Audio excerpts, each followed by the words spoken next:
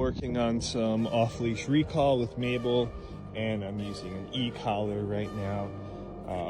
E-collars get this stigma that they shut dogs down, they make dogs afraid. Check this out. Mabel, come. Sit. Mabel, come. Sit. Good. Free. Happy-go-lucky puppy. Has no idea her e-collar is on. I'm working my second puppy out here. Her name is Bailey. I'm using level 25 to 35 to correct her. She doesn't come. Bailey, come.